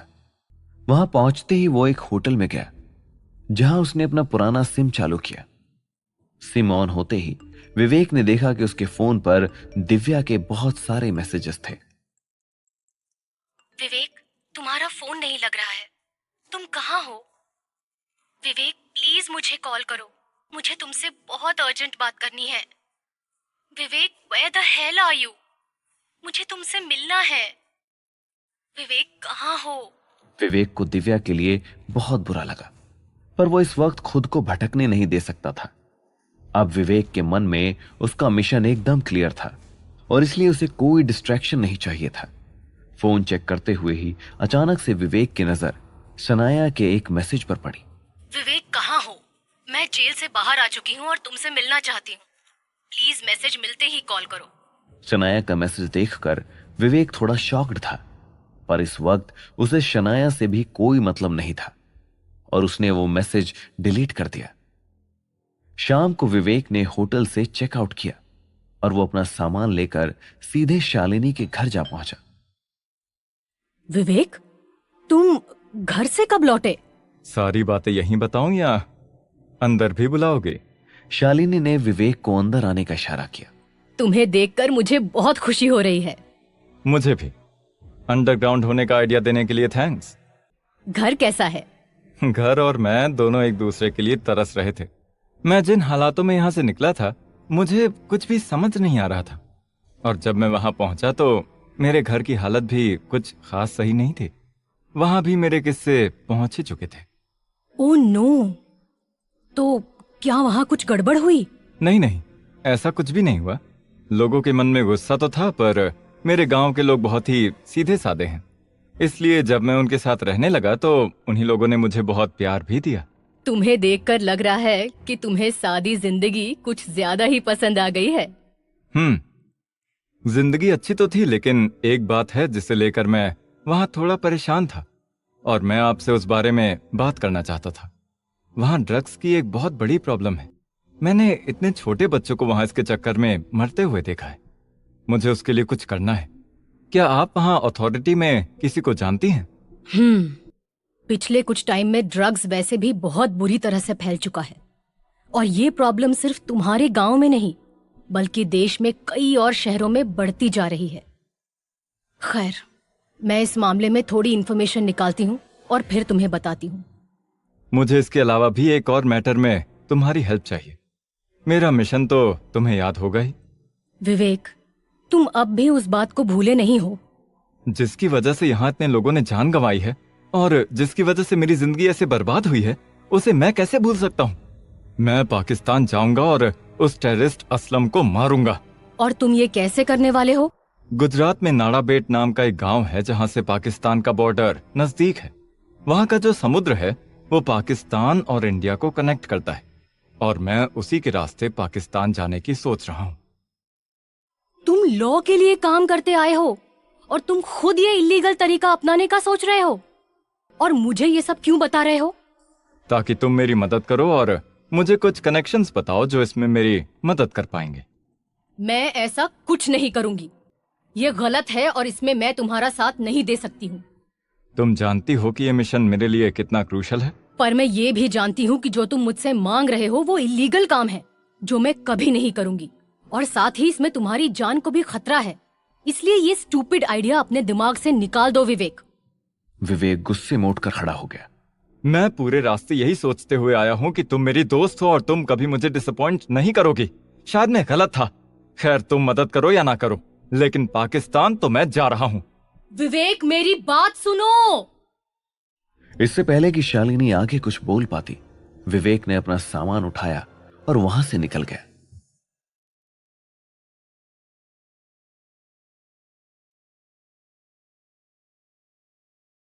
विवेक शालिनी के पास बहुत उम्मीद लेकर आया था। उसे पूरा यकीन था कि शालिनी उसकी मदद कर देगी और वो आसानी से पाकिस्तान पहुंच जाएगा। पर शालिनी के ना कहने की वजह से विवेक अब थोड़ा बौखला गया था। अब पता नहीं मेरे मिशन का क्या होगा। विवेक अपनी धुन में इतना खोया हुआ था कि उसने साइड से आती हुई गाड़ी पर ध्यान ही नहीं दिया। अचानक से गाड़ी के सामने आ जाने पर विवेक धक्का खाकर सड़क के दूसरी ओर जाकर गिरा। विवेक उठकर खुद को संभालने लगा। गाड़ी की स्पीड बहुत ज्यादा नहीं थी और इसी वजह से विवेक को कोई गहरी चोट नहीं आई, बस कुछ हल्की खरोंचें लगी थी। अचानक ही भीड़ में से एक लड़की की आवाज आई। हटो हटो, अरे मुझे तो देखने दो। विवेक ने उस आवाज की तरफ देखा तो उसे सनाया आती हुई दिखी। वो दोनों एक दूसरे को हैरान होकर देखते ही रह गए। विवेक, तुम? अरे यही तो वो है जिसने टक्कर मारी है। सारे लोग सनाया पर चिल्ला रहे थे क्योंकि विवेक की टक्कर सनाया की गाड़ी से ही हुई थी। विवेक, वो तुम थे? तुम्हें चोट तो नहीं आई? Oh god, I am so sorry. Sanaya भागकर विवेक के गले लग गई। इतने दिनों से वो विवेक को पागलों की तरह ढूंढ रही थी और आज विवेक उसे मिल गया था। सनाया और विवेक को ऐसे देखकर वहां मौजूद भीड़ में कानाफूसी शुरू हो गई। विवेक को जैसे ही एहसास हुआ, उसने सनाया को खुद से दूर किया और भीड़ की तरफ देखने लगा। आप लोग जाइए, मैं ठीक हूं। भीड़ में जमा लोग तो सनाया को पुलिस में देने की बात कर रहे थे, पर विवेक के मना कर देने से वो सब निराश होकर वहां से निकल गए। ओ विवेक, मैं तुम्हें बता नहीं सकती हूँ कि तुम्हें यहाँ देखकर मैं कितनी खुश हूँ। पता है मैं तुम्हें कितना ढूंढ रही थी। मैसेजेस भेजे, हर जगह पता भी करवाया, पर तुम तो पता नहीं कहाँ गायब हो गए थे। वैसे तुम पक्का ठीक तो हो ना? हॉस्पिटल चले? नहीं, मैं ठीक हूँ। आओ चलो घर चलते हैं। किसके घर? मेरे घर, ऑब्वियसली। मुझे तुमसे कितनी बातें करनी है और तुम्हारा हालचाल पूछना है। घर चलकर आराम से बात करते हैं। वैसे भी तुम्हें चोट लगी है, घर चलकर मैं तुम्हारा फर्स्ट एड कर दूंगी। विवेक के पास फिलहाल रहने के लिए कोई और जगह नहीं थी, तो वो सनाया के साथ जाने के लिए मान गया। जैसे ही विवेक सनाया के घर पहुंचा, उसने देखा कि सनाया की शान शौकत में कोई खास कमी नहीं आई थी। उसका घर, कार अभी भी उसके पास ही था।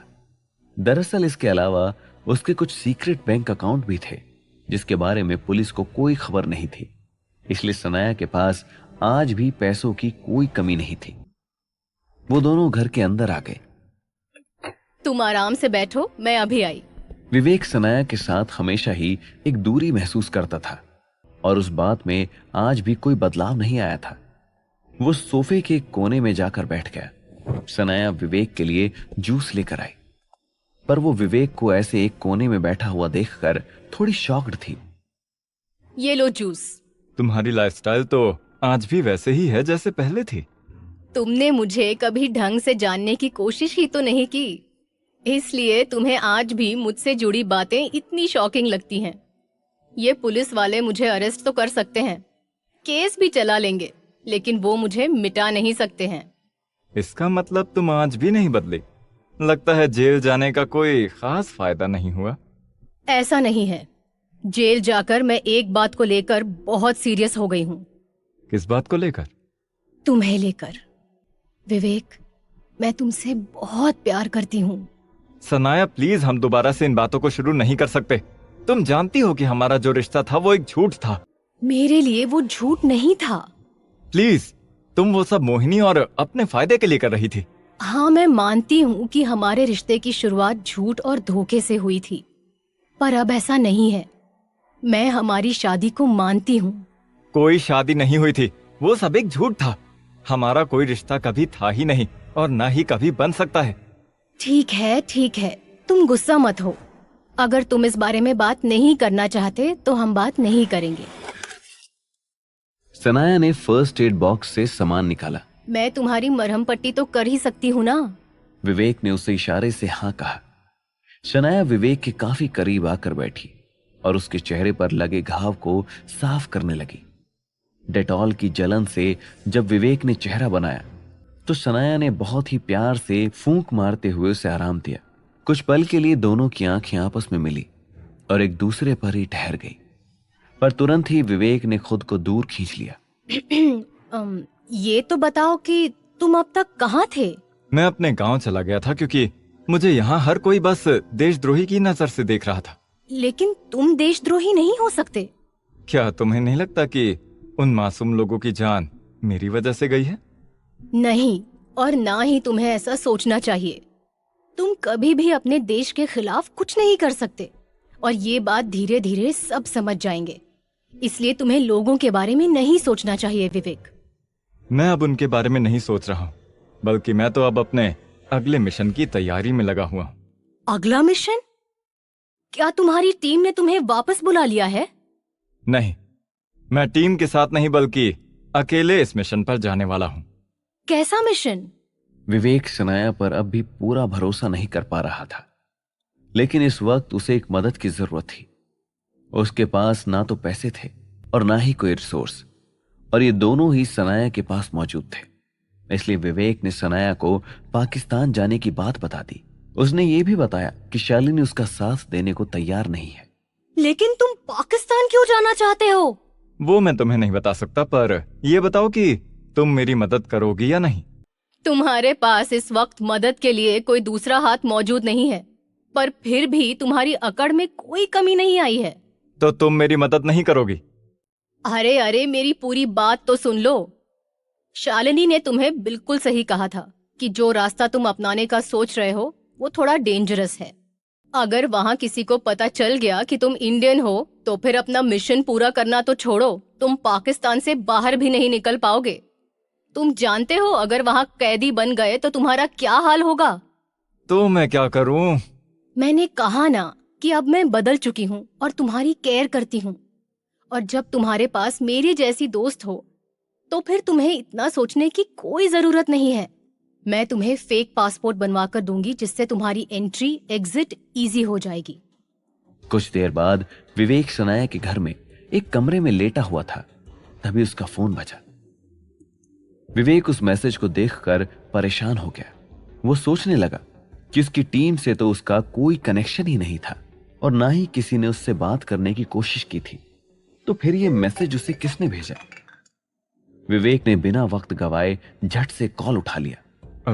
हेलो हेलो विवेक, मैं कर्नल राठौड़ बोल रहा हूँ। Welcome back to the field.